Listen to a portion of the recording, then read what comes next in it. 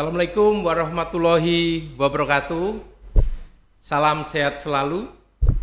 Kali ini di kanal YouTube Ombudsman RI pada episode ketiga ngulik ngobrol tentang pelayanan publik. Tema kali ini hari ini mengambil tema yang sedang hangat 1-2 hari ini terkait dengan persoalan akses KUR bagi UMKM, bahwa Ombudsman saat ini telah menerima beberapa pengaduan, membuka posko bersama Ombudsman dan Kementerian Koperasi dan UKM RI. Pada hari ini saya ditugaskan sebagai host. Nama saya lengkap Nyoto Budianto, tapi cukup panggil sapaan akrab saya kawan Nyoto. Hari ini kami akan membahas terkait persoalan akses KUR bagi UMKM. Kami punya narasumber yang setiap hari berkecimpung mengawasi pelayanan publik. Siapa dia? Beliau adalah anggota Ombudsman Republik Indonesia. Di Ombudsman saat ini beliau bertugas sebagai pengampu, istilah di Ombudsman, terkait dengan pengawasan pelayanan agraria, perumahan, lalu desa dan koperasi. Terkait dengan hal tersebut, oleh karena itu yang bersangkutan beliau Pak Dadan Suharma Wijaya akan memberikan beberapa hal terkait isu-isu yang menarik. Pada kemarin tanggal 2 Oktober 2023 Ombudsman telah melakukan press conference terkait dengan hasil pembukaan posko bersama Kementerian Koperasi dan UMKM. Nah, tidak terlalu lama kami akan menyapa Pak Dadan. Selamat siang Pak Dadan. Selamat siang kawan Nyoto. Kabar baik, alhamdulillah. Tentunya. Semoga selalu sehat. Pak Dadan, akhir-akhir ini pelaku UMKM banyak yang punya keluhan, sehingga kalau tidak salah kemarin Pak, tanggal 2 Oktober Bapak telah meluncing terkait dengan hasil pembukaan posko bersama. Nah, apa sih Pak masalahnya terkait dengan persoalan akses KUR itu bagi UMKM? Karena UMKM di Indonesia ini saya kira sangat banyak sekali ya Pak ya. Karena kita itu kaya dengan kerajinan, dengan persoalan ekonomi dan bisnis. Oleh karena itu, negara pada tanggal 5 November 2007 yang lalu, Pak, itu telah memberikan instruksi Presiden nomor 6 tahun 2007 tentang kebijakan percepatan pengembangan terkait dengan pembiayaan UMKM. Oleh karena itu, kami mengundang Pak Dadan untuk memberikan informasi sebenarnya apa yang terjadi terkait persoalan akses KUR bagi UMKM. Silakan Pak Dadan. Ya, pertama begini ya kawan Nyoto, UMKM ini kan pelaku bisnis yang paling banyak ya di Indonesia ya. Kalau konglomerat sih beberapa gelintir orang saja, meskipun kekayaan mereka berbalik ya dengan jumlah UMKM gitu ya. Persentase yang sedikit kekayaannya banyak, tapi UMKM itu pelakunya banyak ya. Omsetnya mungkin ya kekayaannya sedikit gitu ya dibanding para konglomerat tersebut. Tapi sebetulnya ini UMKM ini kan bagaimanapun akar ya perekonomian kita, ya, akar perekonomian bangsa gitu ya. Di bawah ini begitu mengakar ya, mereka dengan sumber-sumber ekonomi yang kecil ya tapi membumi gitu ya di masyarakat, dan ini memang mayoritas warga negara kita gitu loh. Di sisi lain ya para pelaku usaha ini tentu ya karena berada di bawah ya kadang ya menjadi apa ya, katanya mereka subjek pembangunan ya, tapi nyatanya seringkali hanya menjadi objek saja ya dalam banyak hal ya. Sehingga kadang ada kebijakan-kebijakan yang ya mempersulit mereka gitu ya dalam tanda petik gitu. Nah, di sisi lain pemerintah juga sebetulnya punya kebijakan untuk mereka gitu ya, upaya-upaya untuk membantu UMKM gitu. Nah, tapi kebijakan atau program ini kadang gitu ya ketika diimplementasikan ya perjalanannya gitu kadang nggak sesuai atau kurang optimal ya sebagaimana yang dikonsepkan atau direncanakan awal gitu. Nah, kita di Ombudsman ini melihat ini awalnya dari sini nih. Kita melihat di Ombudsman itu kan punya statistik laporan ya, yang sangat banyak itu dari sektor-sektor yang ada aduan-aduan itu ada yang peringkat atas paling banyak ya mulai dari agraria pertanahan, kepolisian, pendidikan, kesehatan dan lain-lain lah. Nah, termasuk ya yang ke bawah itu makin kecil ada di situ sektor UMKM ya. Yang ya mungkin bisa dibilang ini aduan statistik 0, gitu ya, nggak nyampe 1% gitu lah. Ini ada apa nih gitu lah? Apakah tidak ada persoalan ya di sektor UMKM ini ya dari sisi layanan publiknya gitu ya. Nah dari situ kita melihat sepertinya bukan tidak ada persoalan ya, tapi ada faktor-faktor lain yang membuat aduan-aduan dari sektor ini gitu itu tidak banyak dilaporkan ke Ombudsman. Nah dari situ kita penasaran gitu ya. Kebetulan ya Ombudsman kan sebagai lembaga pengawasan pelayanan publik ya, sebagai lembaga pengawas pelayanan publik ya kita punya banyak cara, punya banyak metode gitu ya. Kita memang mengawasi institusi pemerintah ya, tetapi institusi pemerintah yang kita awasi itu kita jadikan sebagai mitra sebetulnya ya, bukan sebagai objek untuk dicari kesalahan-kesalahannya. Bukan untuk itu, karena tujuan pengawasan Ombudsman tidak sedangkal itu. Tujuan pengawasan Ombudsman kita optimalnya ya ingin meningkatkan pelayanan publik ya, otomatis ya.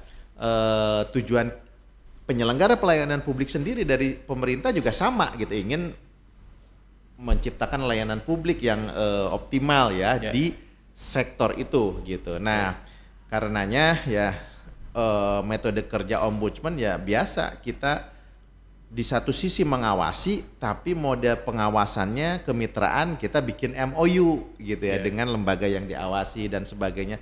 Lebih semata untuk ya optimalisasi ini tujuan bersama di depannya ini pelayanan publik menjadi lebih baik. Nah dari hasil diskusi ya saya dengan Pak Menteri ya, Menteri Koperasi Pak Teten gitu banyak mendiskusikan terkait dengan isu-isu ya terutama UMKM dan koperasi. Tapi kita sentuh dulu deh UKM gitu ya. Seperti tadi saya bilang bukan tidak ada persoalan di sini. Ya betul, sepakat kita gitu ya.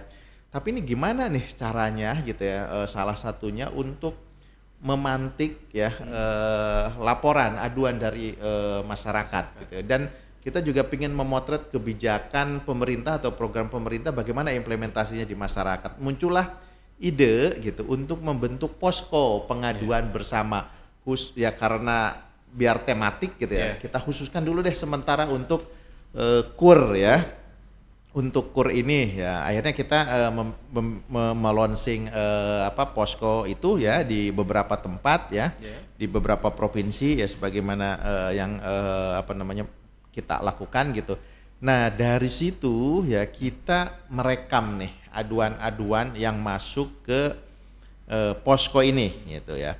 Nah, posko ini sendiri sebetulnya ya durasinya pendek gitu ya, tidak sampai 1 bulan ya.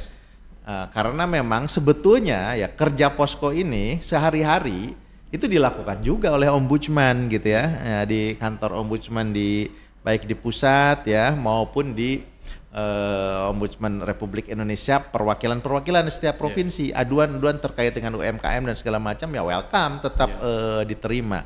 Tapi yang posko ini lebih sebagai program pemantik, kegiatan pemantik ya, sekaligus ingin menjadi pilot lah untuk yang seperti ini gimana sih responnya.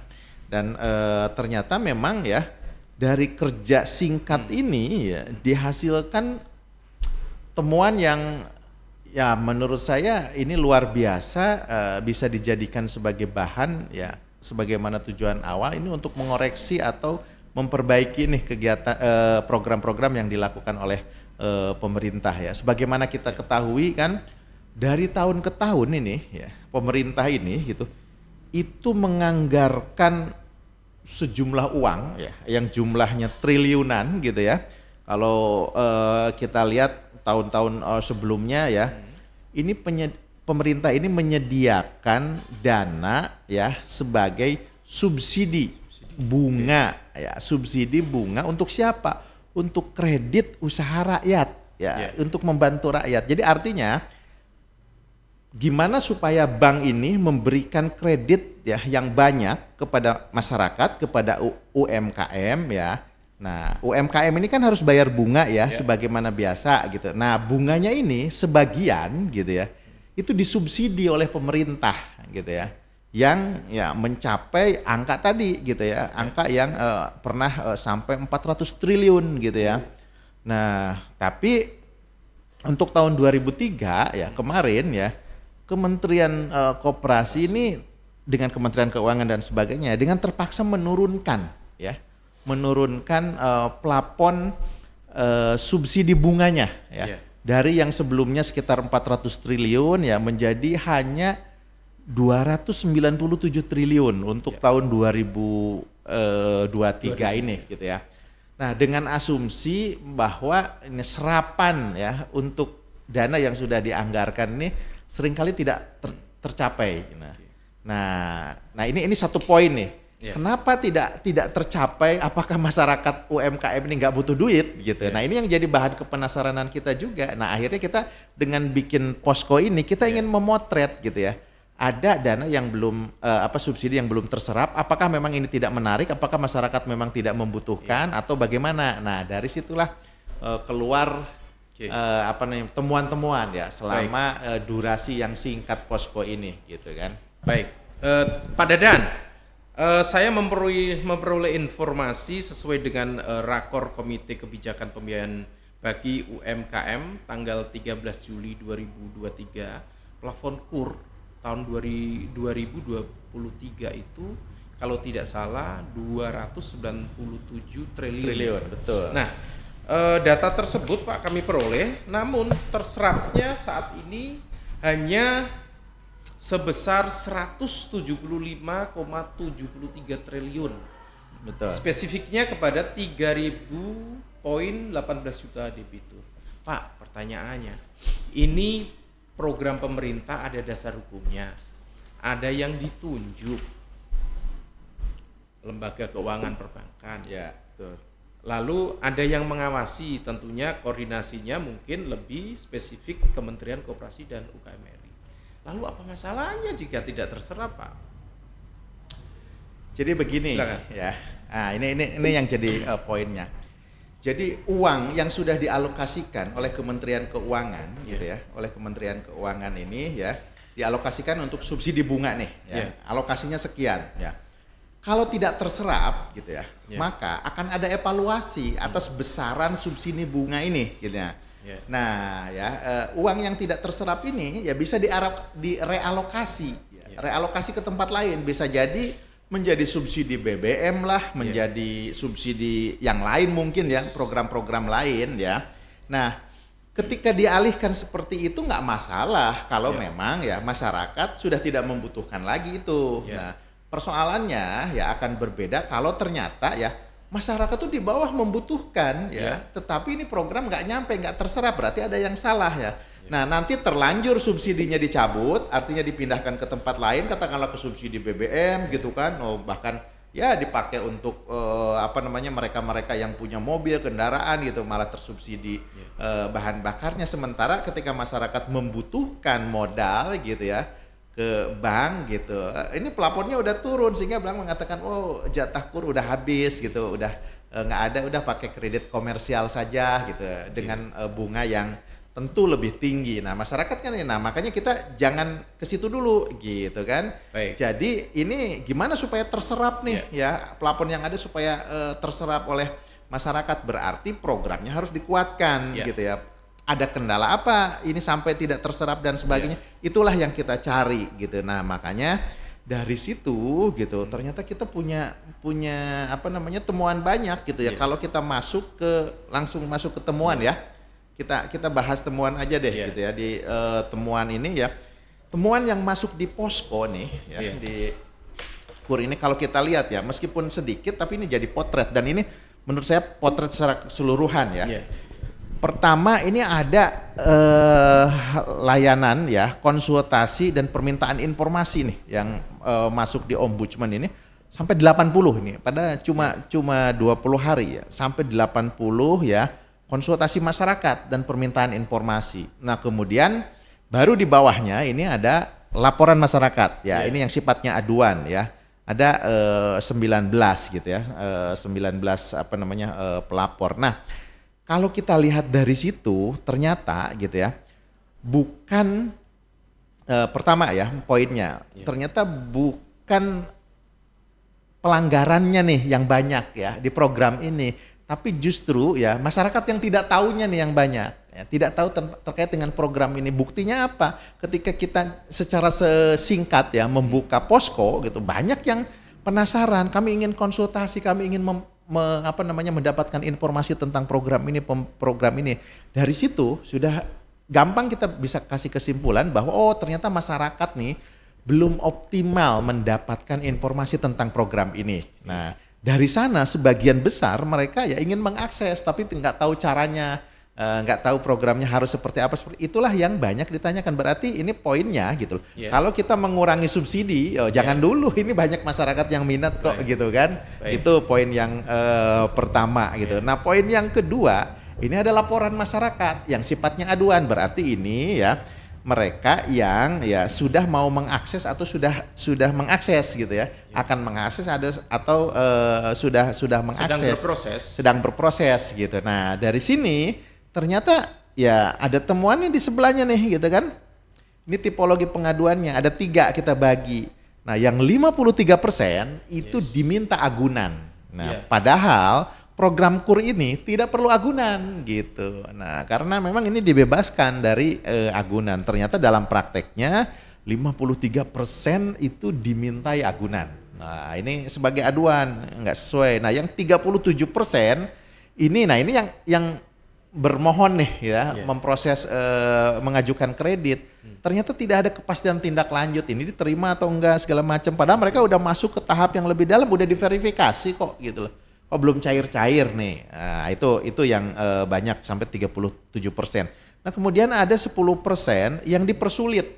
Nah, dipersulit oleh petugas nih. Nah, mungkin ini dipersulit itu datanya tidak lengkap atau ini yang prosedurnya yang kita yang kita bongkar nih. Nah, dari yang dipersulit itu gitu. Kita bongkar ini dulu ya. Yang diminta agunan ini aturannya udah jelas ya, itu tidak perlu agunan. Dan ini aduan ini ya, kalau dilihat ini 11 aduan ini terkait dengan itu udah ditindaklanjuti ya. Berarti ini sekitar yang dimintai agunan, karena kita langsung gerak cepat nih kalau yang seperti ini. Datang ke banknya gimana nih, ternyata ada yang diminta agunan pada aturannya enggak. Ketika ada aduan ini semua perbankan semua pelaku ini ya jasa keuangan ini langsung mengembalikan agunannya, karena untuk program ini enggak ini. Itu ada testimoninya ya yang kita ini langsung gitu. Pak, izin Pak, saya akan bertanya ke Bapak.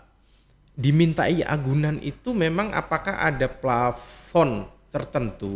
Yang tidak pakai agunan di bawah berapa nominalnya, yang pakai agunan di atas berapa? Mungkin Bapak bisa menerangkan. Nah, KUR ini ya asalnya kan maksimal 50 juta gitu kan. Kemudian ditingkatkan ya menjadi 100 juta. Nah, yang namanya KUR ini ya berarti kan sampai 100 juta ini tidak dibebankan agunan ya. Nah, yang ditemukan Ombudsman dalam buka posko tadi yang Bapak sampaikan itu, apakah platform yang 100 juta sehingga diminta agunan atau memang 100 juta diminta agunan? Dan jika 100 juta ke bawah diminta agunan, berarti kan memang diduga ada maladministrasi. Bagaimana tanggapan Bapak?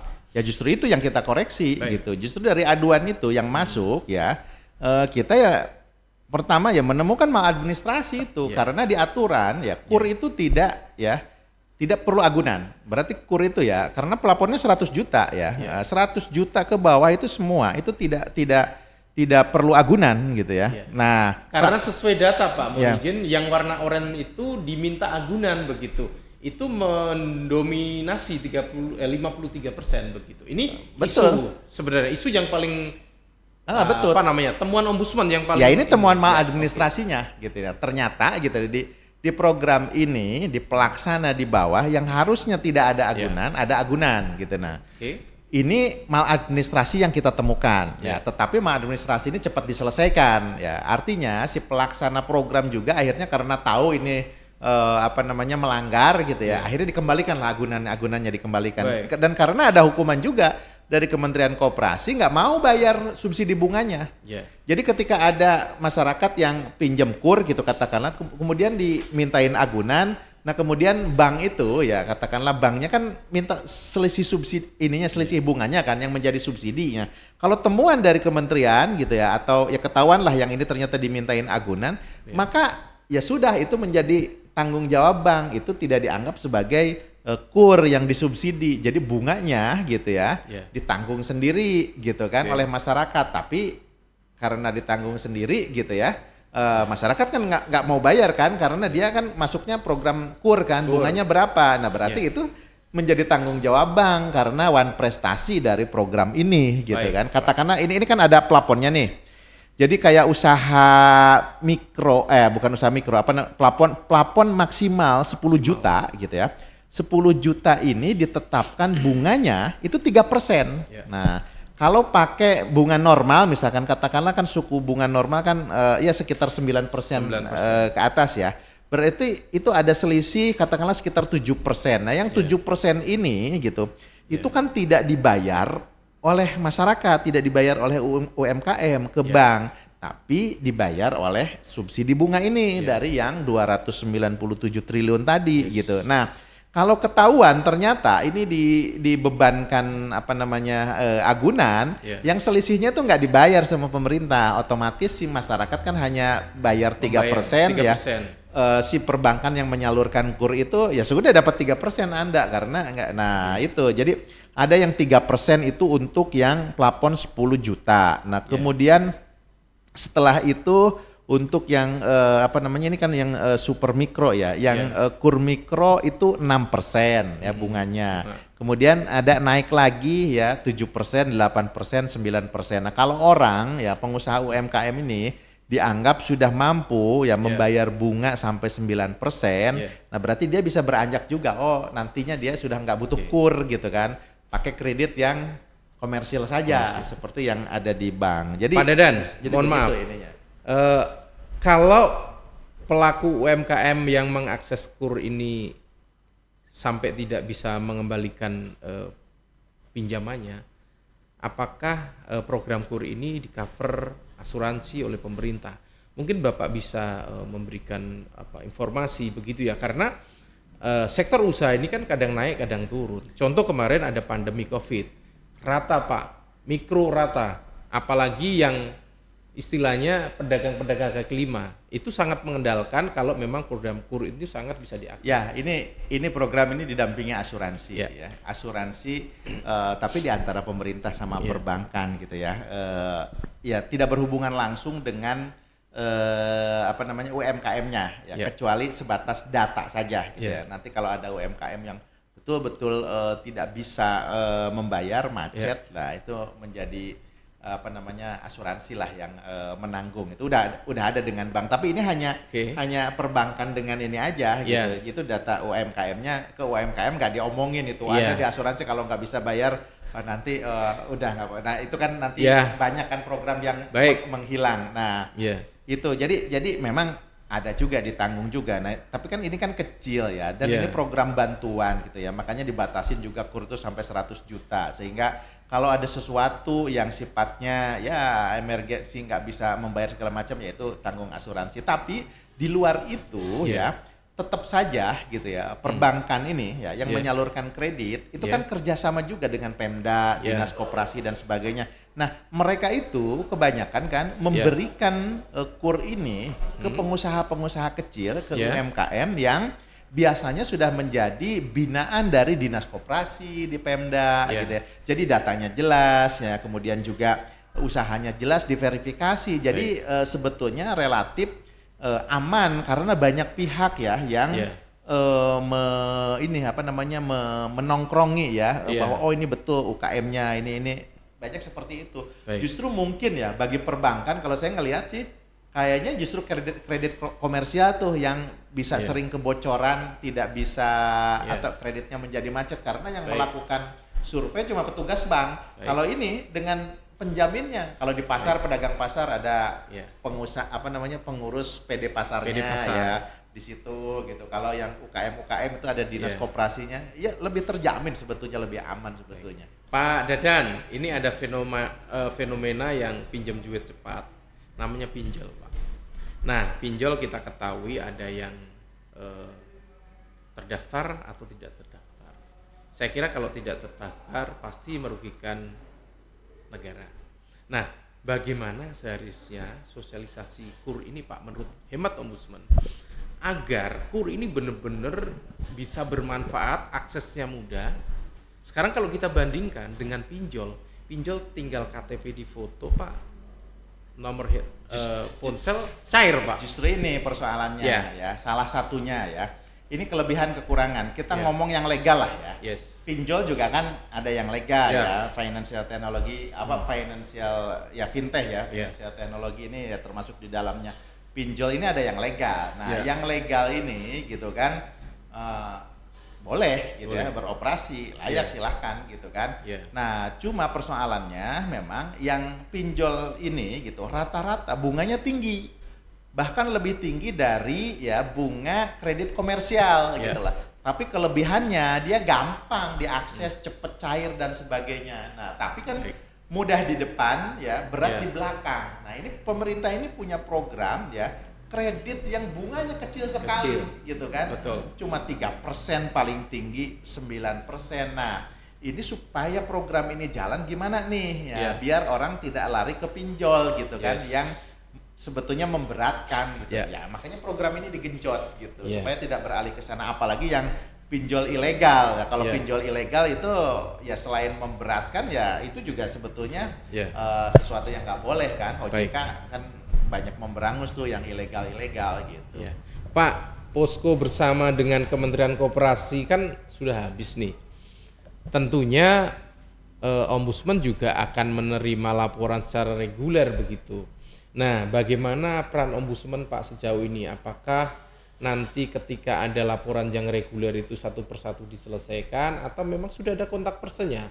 Karena seperti ini, Pak, pelaku usaha UMKM ini kan butuh cepat ya, Pak. Ketika ada kendala melapor Ombudsman, sedangkan bisnis proses yang ada di Ombudsman punya peraturan Ombudsman terkait dengan tata kelola penyelesaian laporan seperti itu. Nah, terhadap program KUR ini, Pak, kalau ada laporan, bagaimana tindak lanjut Ombudsman? Apakah Ombudsman sudah punya kontak person, tinggal telepon, tolong dibantu, dan atau memang punya kanal khusus di Kementerian Koperasi, Pak?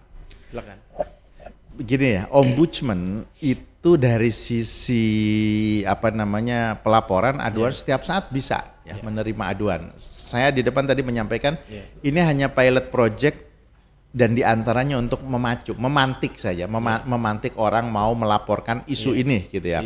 Di luar posko ya yang sudah berakhir ini ya tentu Ombudsman tetap ya menerima aduan-aduan menyangkut hal ini gitu ya. Dan di Ombudsman ya sudah ada kontak person segala macam ya sudah ada. Nah, kita tentu akan menindaklanjuti aduan-aduan yang ini. Jadi masing-masing perwakilan kan ada juga. Ya kita punya kalender pengawasan lah. Ombudsman itu kan banyak kalender pengawasannya. Kalender pengawasan PPDB setiap tahun ngawasin itu, kalender pengawasan lebaran ada terus, itu biasanya ada posko terus.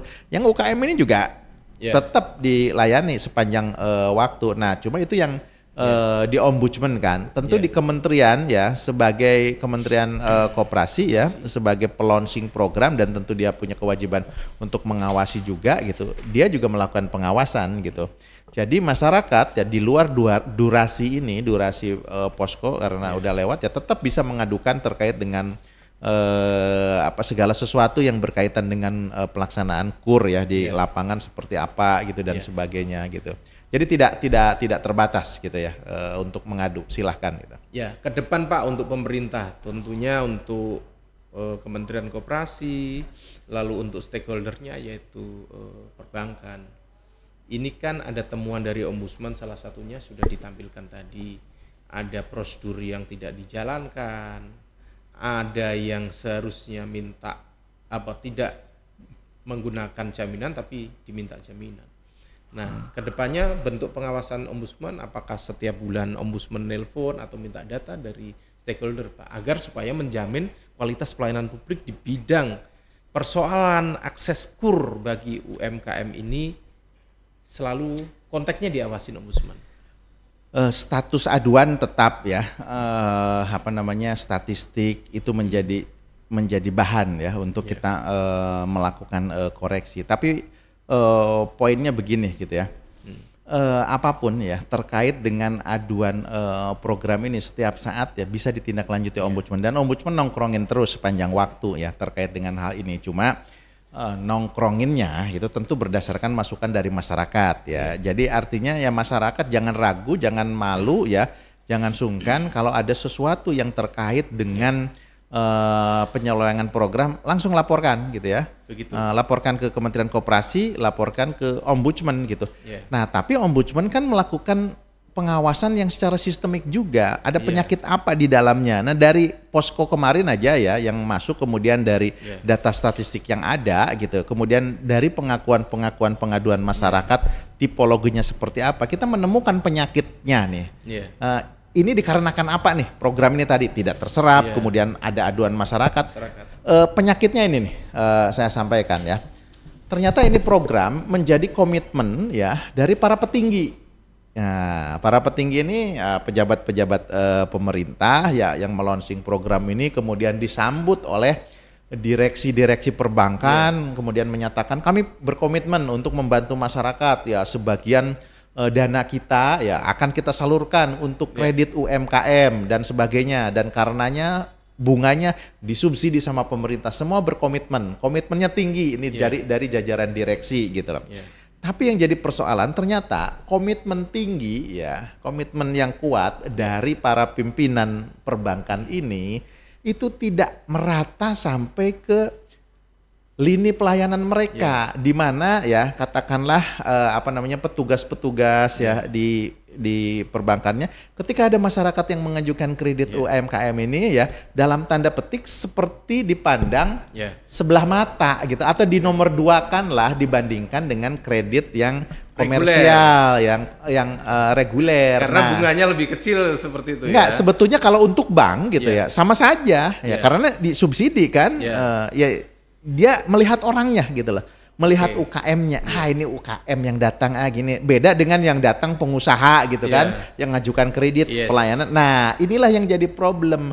Jadi komitmen tinggi para direksi itu yang ketika launching program kami dukung ini tidak sampai ke petugas-petugas di lapangannya yang mereka akhirnya ya tadi kan aduannya muncul, tidak ada kepastian waktu, mungkin tidak. Dia nunggu telepon dari petugasnya kapan cairan, nggak ditelepon karena mungkin mengutamakan yang pengusaha-pengusaha yang kreditnya lebih gede-gede dan sebagainya. Nah makanya di sini kami tekankan ya dari Ombudsman, ini butuh literasi yang kuat ya bagi manajemen perbankan maupun lini pelayanan mereka sampai ke bawah ya. Dari literasi itu muncul komitmen dan keberpihakan. Nah ini yang penting, keberpihakan terhadap masyarakat UMKM, bahwa mereka ini sama juga sebagai tuan di negaranya yang harus dilayani sama dengan baik, sehingga ini toh untuk perbankan ya bunganya sama, disubsidi sama pemerintah. Jadi jangan melihat orangnya gimana. Justru mereka adalah para pelaku ekonomi yang harus yang selama ini menopang ya kokohnya perekonomian kita ya. UKM ini sebetulnya gitu. Terakhir Pak Dadan, apa harapan atau usulan Ombudsman yang secara konkret dengan kebijakan KUR ke depan? Apakah dikurangi dananya, apa dinaikkan, atau pelayanannya yang perlu diperbaiki sehingga maksimal dalam penyerapan? Ya, pertama ya, kalau saya sih dari sisi Ombudsman, kita melihat komitmen ini jangan berkurang dari pemerintah ya. Meskipun anggarannya tidak atau belum terserap gitu ya dari plafon yang ada, Kementerian Koperasi optimis kita akan terserap Pak gitu dan sebagainya ya. Tapi kalau dari kita ini jangan dikurangi nih subsidi yang kecil ini. Saya nggak tahu nih subsidi UMKM ini yang sekitar 297 triliun ini seperberapanya subsidi BBM tuh, ya yang dikonsumsi mereka yang punya mobil dan sebagainya gitu kan, mungkin hanya berapa persennya. Nah ini jangan sampai dikurangin gitu loh. Perkara bahwa ini kurang terserap atau belum terserap gitu, permasalahannya bukan tidak ada minat dari masyarakat, tapi tidak tersosialisasi dan sebagainya. Kemudian tadi ya manajemennya yang tidak ikut optima dan sebagainya. Ini apa namanya, bank ya bisa dihitung jari gitu, hanya 45 nih yang berkontribusi untuk menyalurkan ini gitu. Nah, itu pun tidak maksimal ya. Itu pun tidak maksimal. Nah, kita membuka mungkin selain perbankan yang ada gitu, cari juga karena di masyarakat ini banyak BPR nih, Bank Perkreditan Rakyat ya, BPR di daerah-daerah. Itu mereka-mereka yang bonafit di daerah ya, biasanya juga kan punya Pemda juga itu BUMD itu bagus-bagus, itu dijadikan saja sebagai mitra untuk penyalur gitu dan sebagainya, tapi dengan pengawasan program yang bagus juga gitu, jangan sampai ada ya tadi penyelewengan sebagaimana yang kita temukan gitu. Itu harapan kita ya. Baik Pak.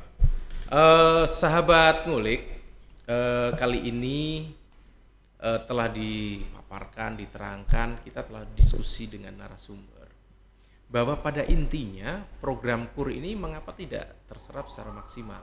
Salah satu atau salah duanya adalah prosedur yang tidak dijalankan. Lalu yang kedua tentang kepedulian sebenarnya. Sebagaimana tadi disampaikan Pak Dadan, kalau pengusaha yang datang cepat-cepat. Tapi kalau mohon maaf pelaku UMKM yang notabene-nya mungkin pedagang kali 5 atau sebagainya lah, mungkin itu kurang direspon. Nah, inilah bentuk dari pengawasan pelayanan publik yang diberikan oleh Ombudsman terhadap persoalan akses KUR bagi UMKM. Ini sebagian dari bentuk negara hadir dalam mengawasi pelayanan publik. Sekali lagi kami haturkan terima kasih Pak Dadan atas waktunya terkait dengan persoalan akses KUR bagi UMKM ini. Tanggal 2 Oktober kemarin Pak Dadan telah meluncing begitu. Ada beberapa temuan.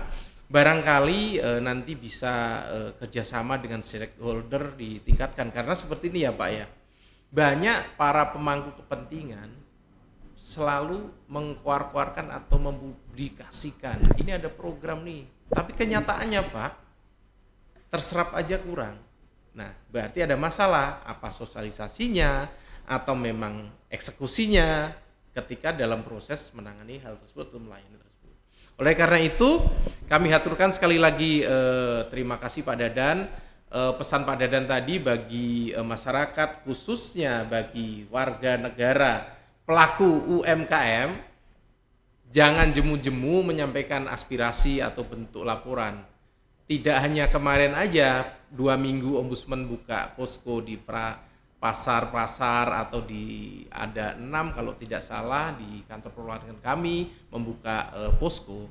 Namun setiap hari juga di kantor Ombudsman setelah program posko bersama dengan Kementerian Koperasi, kami tetap menerima aduan bahkan informasi sekecil apapun terhadap akses KUR bagi UMKM. Oleh karena itu, agar kami bisa memproses beberapa laporan, ketika melaporkan kepada Ombudsman mungkin datanya kami perlukan sangat rinci seperti itu, kapan kejadiannya dan dokumen terkait. Baik sahabat Ngulik, kiranya cukup dalam episode ketiga ini. Kami haturkan terima kasih dan salam sehat selalu. Wassalamualaikum warahmatullahi wabarakatuh. Terima kasih Pak Dadan. Terima kasih. Salaman dulu kawan Nyoto. Terima kasih Pak Dadan.